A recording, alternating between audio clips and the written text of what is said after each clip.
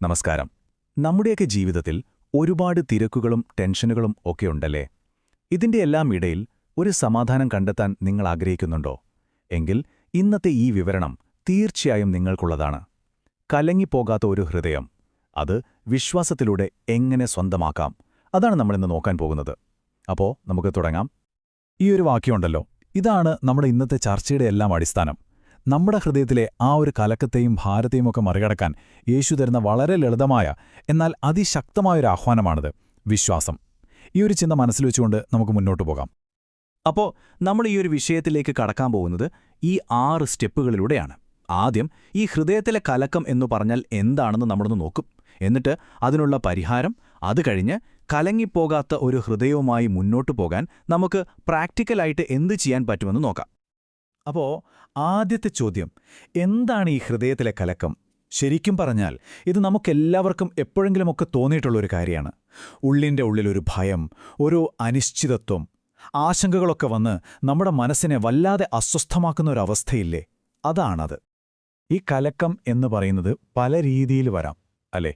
ചിലപ്പോൾ അത് നമുക്കൊരു സൊല്യൂഷനും കാണാൻ പറ്റാത്തൊരു പ്രശ്നമായിരിക്കും.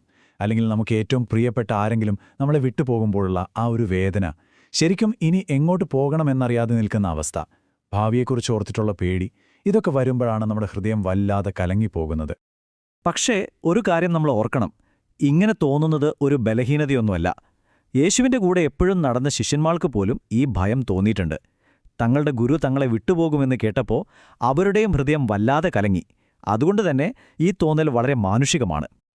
അപ്പോ ഈ മാനുഷികമായ കലക്കത്തിന് യേശു തരുന്ന മറുപടി എന്താണ്? അതാണ് നമ്മൾ അടുത്തതായി നോക്കുന്നത്. പ്രശ്നങ്ങളിലാകെ പെട്ടുപോയ മനുഷ്യനോട് യേശു പറയുന്ന ആ ഒരൊറ്റ വാക്ക്, ദേ, ഇതാണ് ആ നിർണായകമായ വിളി. നമ്മുടെ ഹൃദയം കലങ്ങിയിരിക്കുന്ന ആ അവസ്ഥയുടെ നടുവിലേക്ക് യേശു വന്നിട്ട് നമ്മളെ വിശ്വാസത്തിലേക്ക് ക്ഷണിക്കുകയാണ്. സമാധാനത്തിലേക്കുള്ള യാത്രയിലെ ആദ്യത്തെയും ഒരുപക്ഷെ ഏറ്റവും പ്രധാനപ്പെട്ടതുമായ ചുവടുവെപ്പാണിത്. അപ്പോ എന്താണ് ഈ വിശ്വാസമെന്ന് പറയുന്നത്? വളരെ സിമ്പിളായിട്ട് പറഞ്ഞാൽ നമ്മുടെ ഫോക്കസ് മാറ്റുന്ന ഒരു പരിപാടിയാണിത്. അതായത് എപ്പോഴും നമ്മുടെ പ്രശ്നങ്ങളെയും കുറവുകളെയും മാത്രം നോക്കിയിരിക്കാതെ നമ്മുടെ കണ്ണുകൾ യേശുവിലേക്ക് ഉറപ്പിക്കുക. ചുറ്റും എന്തു വലിയ കൊടുങ്കാറ്റുണ്ടായാലും വേണ്ടില്ല, തോണിയുടെ നടുവിലുള്ള യേശുവിൽ മാത്രം നോക്കുക. അതാണ് വിശ്വാസം. ഈ വിശ്വാസത്തിലൂടെ നമുക്ക് കിട്ടുന്ന സമാധാനത്തിന് ഒരു പ്രത്യേകതയുണ്ട്. അത് ഈ ലോകം തരുന്ന താൽക്കാലിക ആശ്വാസങ്ങൾ പോലെയല്ല, അതിൽ നിന്ന് തികച്ചും വ്യത്യസ്തമാണ്. എന്താണ് ആ വ്യത്യാസമെന്ന് നമുക്ക് നോക്കാം. യേശുവിൻ്റെ വാക്കുകൾ ഒന്നുകൂടി ശ്രദ്ധിക്കൂ. എന്റെ സമാധാനം, ഇത് യേശുവിൻ്റെ സ്വന്തം സമാധാനമാണ്. അവന്റെ സ്വഭാവത്തിൻ്റെ തന്നെ ഭാഗമായ ഒരു സാഹചര്യത്തിനും മാറ്റാൻ പറ്റാത്തൊരു സമാധാനം. അതാണ് നമുക്ക് തരാമെന്ന് അവിടുന്ന് വാക്ക് തരുന്നത്. ഈ 2 സമാധാനവും തമ്മിൽ വലിയൊരു വ്യത്യാസമുണ്ട് കേട്ടോ. ലോകം തരുന്ന സമാധാനമുണ്ടല്ലോ, അത് നമ്മുടെ സാഹചര്യങ്ങൾ പോലെയിരിക്കും. എല്ലാം ഓക്കെയാണെങ്കിൽ നമുക്കും സമാധാനം. പക്ഷെ ഒരു പ്രശ്നം വന്നാലോ, ആ സമാധാനം അപ്പോൾ പോകും. എന്നാൽ യേശു തരുന്ന സമാധാനം അങ്ങനെയല്ല, അത് ആത്മീയമാണ്. അതായത് പ്രശ്നങ്ങളുടെ നടുക്ക് പോലും നമ്മളെ പിടിച്ചു നിർത്തുന്ന ഒരു ഉള്ളിലെ ശക്തിയാണത്. പലപ്പോഴും നമ്മുടെ ഹൃദയം കലങ്ങാനുള്ളൊരു പ്രധാന കാരണം ഒറ്റപ്പെടലാണ്. ഈ വലിയ ലോകത്ത് ഞാൻ ഒറ്റയ്ക്കാണല്ലോ എന്ന ചിന്ത നമ്മളെ വല്ലാതെ പേടിപ്പിക്കും. എന്നാൽ അതിനും ഒരു മറുപടി യേശു തരുന്നുണ്ട്.